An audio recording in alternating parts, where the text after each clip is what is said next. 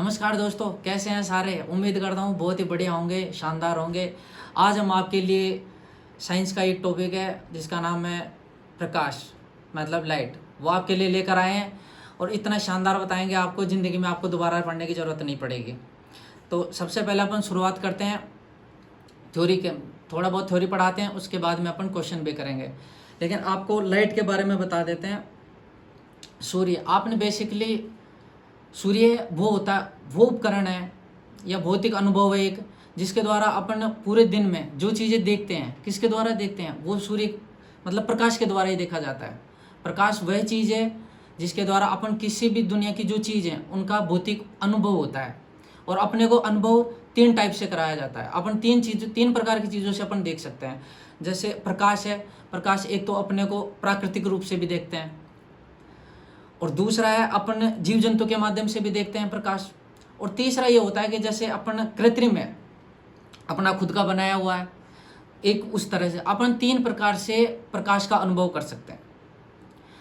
पहला प्राकृतिक हो गया, दूसरा जीव के माध्यम से। प्राकृतिक में क्या होता है, जैसे अपने स्टार हो गया, सूर्य हो गया, इससे बड़ा तो क्या ही है, सबसे बड़ा अपने ऊर्जा का स्रोत भी है और अपन देखने का अनुभव भी है। लेकिन अगर अपन रात में बात करते हैं कि सर रात में कैसे देखेंगे, तो दूसरे टाइप का आता है अपन जीव। जीव भी अपने को मतलब प्रकाश का अनुभव कराते हैं। जैसे अपन रात में सूर्य होता नहीं है और अपनी जो लाइट वगैरह भी चली जाती है, तो आपने देखा होगा कि वो छोटे जुगनू होते हैं, वो भी हमें अपने को प्रकाश का अनुभव कराते हैं। तो जुगनू क्या हुआ, एक जीव। तो इसी प्रकार तीसरा प्रकार है कृत्रिम। कृत्रिम रूप से भी अपन प्रकाश का अनुभव करते हैं। जैसे आपने देखा होगा कि लाइट है, CFL है, कुछ भी हो, ये जिनको मनुष्य ने द्वारा बनाया गया है उनको बोलते हैं अपन कृत्रिम। तो टोटली तीन प्रकार से अपन प्रकाश का अनुभव करते हैं। कौन कौन सा हो गया, एक तो प्राकृतिक रूप से, एक जैविक रूप से, और तीसरा हो गया अपने कृत्रिम रूप से। कैसा भी हो, ये सब चीज़ें अपने को वस्तुओं का अनुभव कराती हैं जिनको अपन देखते हैं।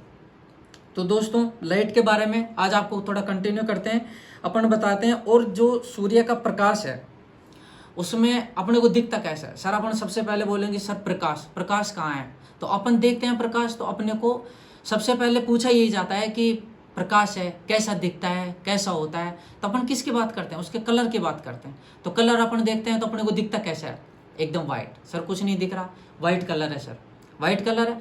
लेकिन जब उसको बेसिकली और अंदर से भी देखा जाता है, प्रिज्म वगैरह से देखा जाता है, तो उसमें उसके कलर कितने होते हैं, 7। तो दोस्तों प्रिज्म के कलर हो गए कितने, 7। अब गुरुजी 7 कौन कौन से होते हैं, टेंशन की बात नहीं है। अगर जैसे आप देखा होगा बैंगनी है, येलो, रेड, 7 कलर होते हैं। और इनको याद करने का एक ही फॉर्मूला, VIBGYOR। ये तो हो गया इंग्लिश में। अगर आप हिंदी मीडियम से हैं, हिंदी में भी लगता है गुरुजी हिंदी में थोड़ा याद करने में दिक्कत होती है, तो आप याद कर सकते हैं बेजानी है पीनाला। बेजानी है पीनाला का मतलब क्या होता है, जैसे बैंगनी हो गया, जामुनी है, नीला, हरा, पीला, नारंगी और लाल। कितने कलर हो गए, 7 कलर, 7 कलर का हो गया। अब इनमें से एग्जाम में पूछा जाता है, एग्जाम में क्वेश्चन कैसे आएगा कि सूर्य के प्रकाश के कलर की संख्या पूछ लेगा। लेकिन आजकल आप भी जानते हो टेक्निकल क्वेश्चन आते हैं, तो 7 कलर पूरी दुनिया को पता है। लेकिन जब ये इनसे पूछता है कि इनका मध्य का कलर कौन सा है, तो आप मैथ यूज नहीं करें, उसमें साइंस ही यूज करें। तो इसमें कलर होता है पीला, पीला कलर है ये, इसको मीडियम कलर बोला जाता है। ठीक है दोस्तों। अब प्रकाश होता है जो सीधी रेखा में गमन करता है। अपन सूर्य की बात करते हैं, सूर्य सीधी रेखा में गमन करता है। दूसरी बात फिर ये भी बोला जाता है कि सर दिखने में तो ये कलर में तो श्वेत हो गया, लेकिन जैसे ये कण के रूप में होता है या तरंग के रूप में होता है, ये चलता कैसे है। तो आप वैज्ञानिकों के मत भी देखे होंगे, तो अपन एक बार थोड़ा सा ब्रीफ में बताता हूँ। तो ये तरंग के रूप में चलता है, तरंग के रूप में भी, अनुप्रस्थ के रूप में। सर अनुप्रस्थ क्या होती है, अनुप्रस्थ तो होती है जैसे जो प्रकाश की किरण चल रही है, या कोई भी अपन किसी भी चीज़ को अपन तरंग के बारे में बात करते हैं, तो जो तरंग आ रही है सीधी आ रही है, और उसका जो वेव होता है ना, वो उसके 90 एंगल पे होता है, 90 डिग्री के एंगल पे होता है, उसी को ही अनुप्रस्थ बोला जाता है।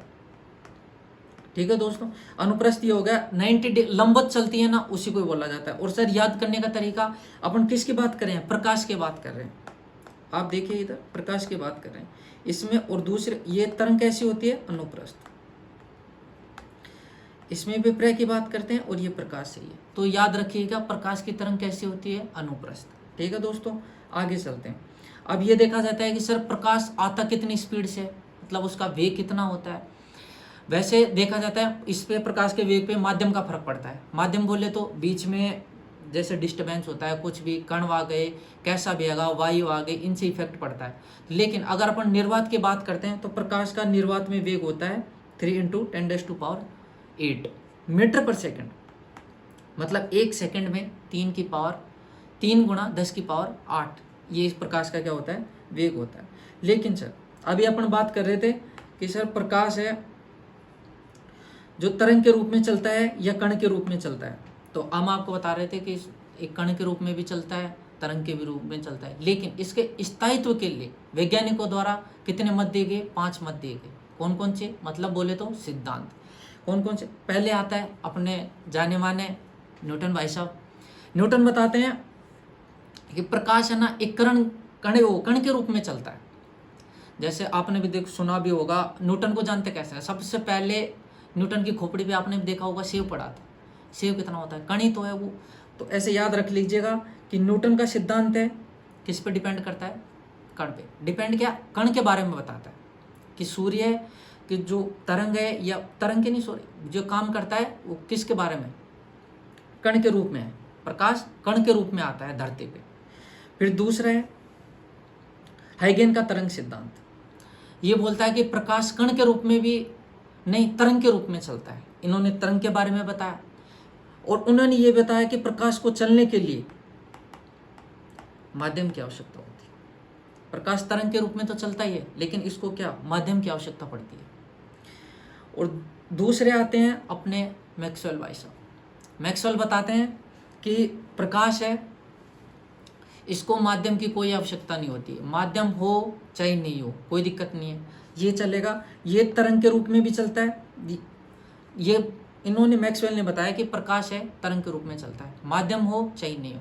आपने मैक्सवेल के नाम से क्रिकेटर का नाम भी सुना होगा, तो आप याद रखने के लिए मीडियम की बात आती है तो उसको याद रख सकते हैं। जबकि मैक्सवेल क्रिकेट खेलता है तो वो ये नहीं देखता कि बॉल कौन कर रहा है, उसका काम है अच्छे से बैटिंग करना।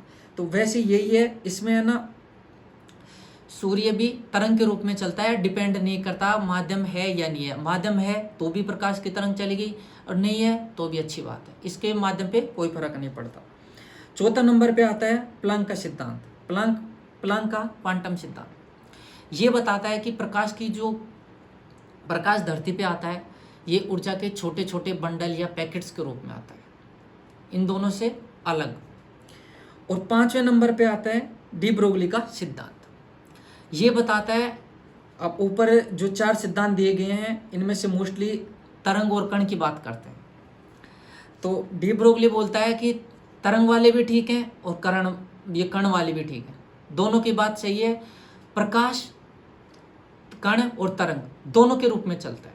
तो इसका सिद्धांत क्या हुआ, डी ब्रोगली सिद्धांत का द्वैत प्रकृति सिद्धांत। द्वैत प्रकृति मतलब, द्वैत का मतलब 2 टाइप्स, और 2 कौन कौन से हो गया, पहला तरंग और दूसरा बोले तो कण के रूप में। ठीक है दोस्तों, ये हो गया कण के रूप। अब ये तो हो गया कि चलो ठीक है सर किसके बारे में चलता है, कैसे कैसे चलता है, स्थायित्व के बारे में भी हो गया, दोनों की बात हो गई।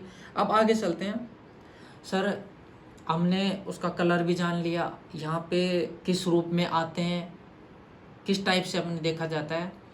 तो सर अपने दिमाग में आता है कि सूर्य से अपने पास पहुँचने में टाइम भी तो लेता होगा सर।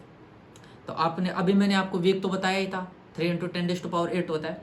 लेकिन उसकी टाइमिंग की बात की जाए तो सूर्य से अपन पृथ्वी की बात करते हैं तो ये ज़्यादा टाइम लेते हैं, 99 के फेरे में रहते हैं, मतलब 499 क्या सेकंड, 499 सेकंड में सूर्य से पृथ्वी तक पहुंच जाता है। ठीक है दोस्तों, अब आगे चलते हैं अपन कि सर बीच में चंद्रमा भी पड़ता है। अगर सूर्य है, प्रकाश की किरण है जो चंद्रमा तक आती है, चंद्रमा से पृथ्वी तक। लेकिन सर अगर अपन बात करते हैं सर पृथ्वी से चंद्रमा से पृथ्वी तक आने में कितना टाइम लगता है, उसका टाइम होता है 1 मिनट और 13 सेकंड। अब याद करें, कैसे करेंगे सर? आप दोस्तों, आप भी सोचते होंगे, अपनी गर्लफ्रेंड के बारे में भी बोलते होंगे कि तेरे लिए चांद की स्कीम बताते होंगे आप, चांद तारे ले आएंगे तेरे लिए, मतलब 13 और 1। आप 1 की तो बात कर रहे हो, अपनी एक गर्लफ्रेंड की बात कर रहे हो, तो 1, तो वहाँ से आने में 1 13, मतलब 1 मिनट और 13 सेकंड का टाइम लगता है।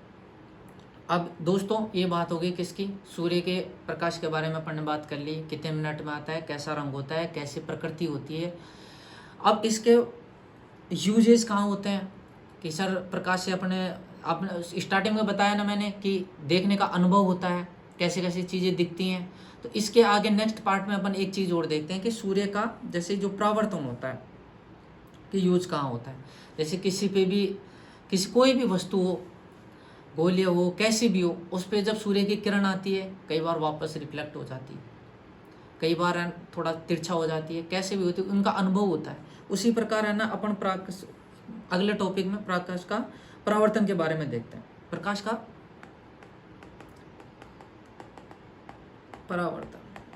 परावर्तन क्या होता है? किसी पे भी तल पे अगर प्रकाश की किरण आती है और जैसे आती है उसी वे में, उसी माध्यम में परावर्तित हो जाती है, मतलब वापस चली जाती है, उसी को प्रकाश का परावर्तन बोलते हैं। और वैसे देखा जाए किसी तल पर आपतित प्रकाश के पुनः उसी माध्यम में जाने की घटना को क्या बोला जाता है? प्रकाश का परावर्तन। ठीक, प्रकाश के परावर्तन के लिए अभी मैंने आपने बोला ना किसी तल पर, अपन देखते हैं ये प्रकाश का तल हो गया। ठीक है दोस्तों, यहाँ पे भी देखा हुआ प्रकाश का ये तल है, और ये प्रकाश की किरण यहाँ आ रही है और ये बीच में क्या हो गया? अभिलंब देखते हैं, और ये प्रकाश की किरण क्या हो गई? परावर्तित। ठीक है दोस्तों, जो किरण आती है उसको क्या बोला जाता है? आपतित। और जो जाती है उसको क्या बोलते हैं? परावर्तित। ठीक है दोस्तों, और ये बीच में क्या होता है? अभिलंब। तो प्रकाश का परावर्तन का रूल क्या कहता है? रूल ये कहता है कि किसी भी तल पर अगर प्रकाश की किरण आ रही है तो उसी वे में, उसी माध्यम में वापस चली जाती है। लेकिन अभिलंब से जितने एंगल पे आती है ना, उसी एंगल पे ही वापस जाती है। तो इसका मतलब क्या हुआ? ये इसको डिनोट करते हैं आई से, इसको आर से। इसको क्या बोलेंगे अपन? आपतन कोण, और इसको बोल देंगे परावर्तन कोण।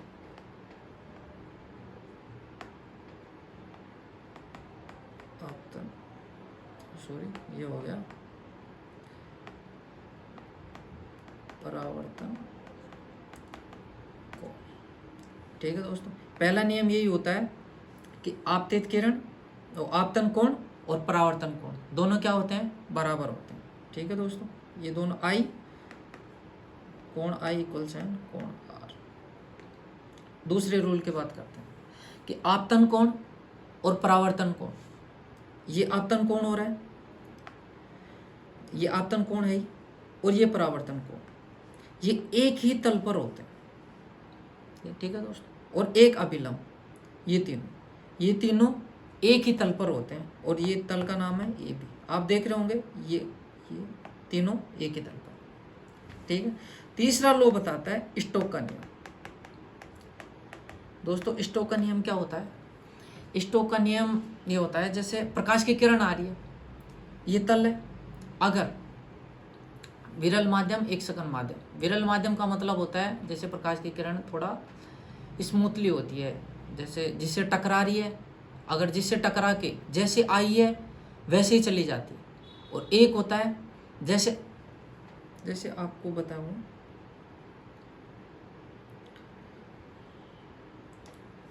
यहाँ से प्रकाश की किरण आ रही है, इस प्रकाश की तरंग दैर्घ्य ऐसे आ रही है, और ये विरल माध्यम। ठीक है दोस्तों, अगर ये जैसे प्रकाश की किरण आ रही है और वैसे ही उसी वेव में वापस जा रही है, तो इसके पथांतर और कलांतर में कोई फर्क नहीं होता।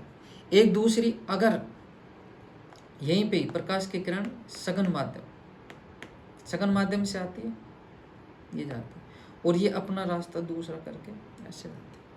इसके कलांतर और पथांतर दोनों में अंतर होता है। उसी तो ये दोनों किस पे डिपेंड करती हैं? ये डिपेंड करती है अपने माध्यम पे। जैसे सरल विरल पे लगी हुई है, विरल माध्यम पे लगती है तो उनके लैम्बडा पथांतर में और कलांतर में कोई डिफरेंस नहीं आता है। और अगर सघन माध्यम में लगी हुई है तो सघन माध्यम में क्या होता है, उसके कलांतर और पथांतर में अंतर आता है। उसी को क्या बोलते हैं अपन? स्टोक का नियम बोलते हैं। ठीक है दोस्तों, एक चीज और बताते हैं आपको।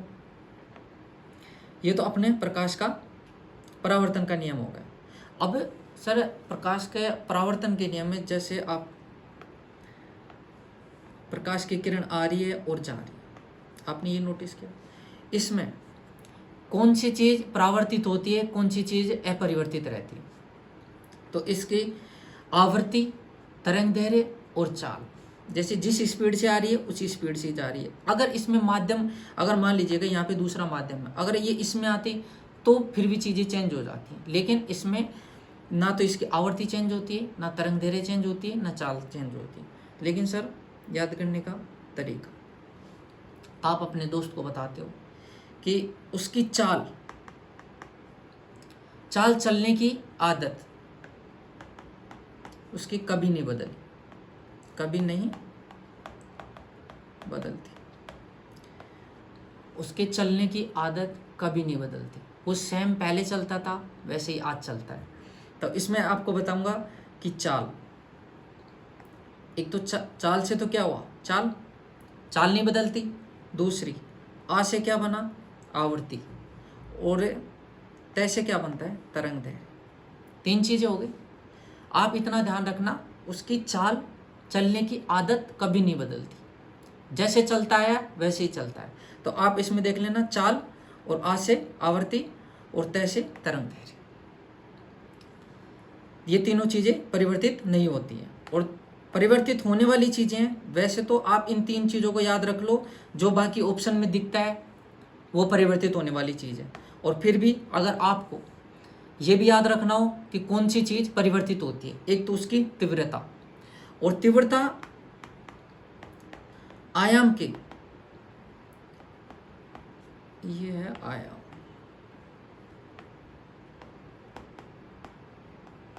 आयाम के स्क्वायर के समानुपाती होती है। तो इतना ध्यान रखना, अगर उसका आयाम बदल रहा है तो तीव्रता 100% बदलेगी। तो इसलिए तीव्रता और आयाम, और एक उसका तल पे भी डिपेंड करता है कि तल कैसा है, उसके अनुसार भी उसकी प्रकृति चेंज हो जाती है। तो आपको दोस्तों मैंने प्रकाश के प्रकृति परावर्तन के नियम में उसकी प्रकृति कैसे बदलती है, कौन कौन सी चीज़ें नहीं बदलती, कौन सी चीज़ें बदलती हैं, ये क्वेश्चन 100% आता है। परावर्तन के लॉ हैं, एक तो इनमें से पूछ लेता है, और दूसरी चीज़ एक इनकी आवृत्ति के बारे, मतलब इनकी परावर्तित राशियों के बारे में पूछा जाता है, कौन सी राशि बदलती है, कौन सी राशि नहीं बदलती। और एक क्वेश्चन और आता है कि आपको एक एग्जाम्पल देके पूछा जाता है कि प्रकाश का परावर्तन किस में हो रहा है या नहीं हो रहा।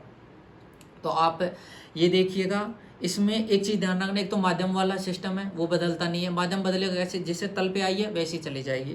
तो इसके एग्जाम्पल देखिए आप कि प्रकाश के परावर्तन के कारण सूखी बालू चमकीली दिखाई देती है। जैसे सूखी मिट्टी पड़ी हुई है, आपने भी देखा होगा कि अपन थोड़ी दूर खड़े रहते हैं, गर्मियों का सीजन होता है, दोपहर का टाइम होता है, तो उसमें प्रकाश की जो मिट्टी पड़ी हुई थी उसमें प्रकाश की किरण गिरती है और वो उसी माध्यम में वापस चली जाती है, तो अपने को दूर से वो चमकती हुई दिखाई देती है। चमकने के पीछे रीजन क्या है, प्रकाश का परावर्तन। अगर वही मिट्टी गीली होती है तो गीली मिट्टी प्रकाश का परावर्तन नहीं करती, इसलिए वो अपने को धूत टाइप की दिखाई देती, मतलब चमकीली दिखाई नहीं देती, जैसे होती है वैसे ही दिखाई देती है। और एक चीज सर, परावर्तन के नियम में प्रकृति, आपको मैंने बताया था कि प्रकाश का जो परावर्तन है उसकी प्रकृति के अनुसार बदलता है, लेकिन ऐसा नहीं होता कि जैसे कैसा भी पृष्ठ हो, चाहे गोलीय हो चाहे कैसा हो, उसमें प्रकाश का परावर्तन होता है, वो उसके पृष्ठ पर डिपेंड नहीं करता कि होगा या नहीं होगा, लेकिन कैसे भी पृष्ठ हो गोले के लिए, सबके लिए, चाहे समतल हो चाहे गोले हो, प्रकाश का परावर्तन का नियम उस पर लागू होता है। तो दोस्तों एक बार अपन क्विक रिवीजन करते हैं। जैसे अपने दोनों प्रकाश के बारे में पढ़ा है, केसर प्रकाश का रंग एक बार देख लेते हैं, तुरंत हाईलाइट करके चल लो कि प्रकाश श्वेत रंग के रूप में चलता है। प्रकाश का कलर श्वेत होता है, उसमें भी कलर कितने होते हैं? 7 होते हैं। प्रकाश की तरंग कैसी होती है? अनुप्रस्थ। प्र का मतलब आ रहा है मतलब प्रकाश, प्रकाश अनुप्रस्थ। आप अनुदैर्घ्य का ध्यान रखना, ऑप्शन में अनुदैर्घ्य बताया, बच्चे कंफ्यूज होते हैं, तो कंफ्यूज होने की जरूरत नहीं है, उसमें अनुप्रस्थ आएगा, ठीक है। उसका वेग दे रखा है, वेग कितना होता है, और आपको ये सिद्धांत, प्रकाश के सिद्धांत के बारे में पूछा जाता है, तो आप प्रकाश के सिद्धांत के 5 थ्योरी हैं, 5 के 5 सिद्धांत आपको मैंने बता दिए। आपको याद रखना है, न्यूटन का हुआ, हाइगेन का तरंग का सिद्धांत आता है, मैक्सवेल आता है, डिपेंड नहीं करता माध्यम के बारे में, प्लांक का नियम है, क्वांटम ऊर्जा के बारे में बात करता है, और ये डी ब्रोगली है, वो दोनों का मसला ही खत्म करता है कि तरंग और कण दोनों की बात करता है, ठीक है। और तीसरा क्वेश्चन आता है टाइमिंग के बारे में। सूर्य से अपने पृथ्वी तक आने में 499 सेकंड लगा था, और चंद्रमा से तेरे लिए 1 मिनट में आया, मतलब 1 मिनट 13 सेकंड। आगे चलिए अपन प्रकाश के परावर्तन की बात करते हैं। प्रकाश के परावर्तन के लो कितने? 3। आपतित किरण, परावर्तित किरण, अभिलंब, तीनों एक ही तल पर, उनके कोण दोनों बराबर। 3rd नंबर स्टोक का नियम, स्टोक के नियम का पालन करता है। स्टोक के नियम के पालन में विरल और सघन पर डिपेंड करेगा। विरल माध्यम में जैसी किरण आ रही है वैसी जाएगी, सघन माध्यम में जैसे आई है उसका रिवर्स, मतलब कालांतर और पतांतर में अंतर आता है, ठीक है। और एक परिवर्तित राशि, मेरे दोस्त की चाल कभी नहीं बदलेगी, तो चाल आदत से, आवृत्ति और उसका तरंग दैर्घ्य, ये तीनों चीज कभी नहीं बदलती। बाकी चीज तीव्रता, आयाम परिवर्तित होती है। और ऑप्शन में ये भी देख लेना, 3 के अलावा जो भी चीजें देख रही है परिवर्तित होती है, ठीक है दोस्तों। और ये एग्जाम्पल है और ये भी ध्यान रखना, ठीक है दोस्तों। आपको उम्मीद है जितना पढ़ा है उतना समझ आया है। आप एक बार अगला सेशन अपना जो है टॉपिक आप बता सकते हैं, उसके अनुसार आगे बताएंगे और स्मार्टली तरीके से आपको बताएंगे, तुरंत आपके दिमाग में याद नहीं छपेगा। जय हिंद दोस्तों।